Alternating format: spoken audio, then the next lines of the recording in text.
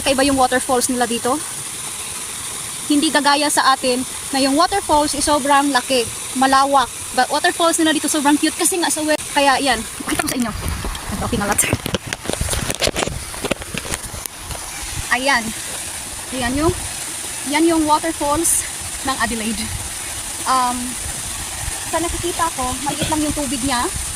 Kasi nga, hindi umuulan kasi dito sa Adelaide. Hindi kagaya sa Philippines na every week umuulan.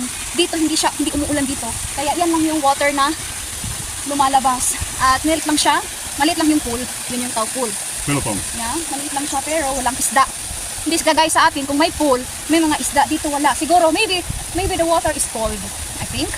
Malamig siguro yung tubig kung compare sa atin. Paghahawak naman, hindi naman, carry lang. Pero dito, panghawakan mo yan, for sure, mag-freezing ka.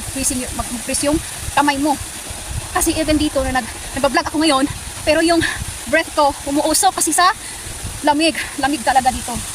Ang ganda talaga dito. Mamasyal. Ayan. So, nakita ko yung mini waterfalls nila dito. Merong 1, 2, 3. May third level.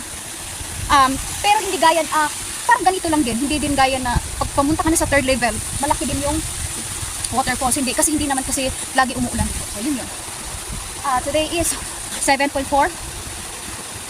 7.4 yung lamig dito sa waterfalls. Dito mismo sa, thank you, dito mismo sa pinuntahan namin. Kaya, ayan. So, pero kaninang umaga, umabot siya ng 5 degrees, sobrang lamig. Tapos hanggang paakyat kami at ayan. Ito na yung lamig ngayon. So guys, pakita ko sa inyo ito yun.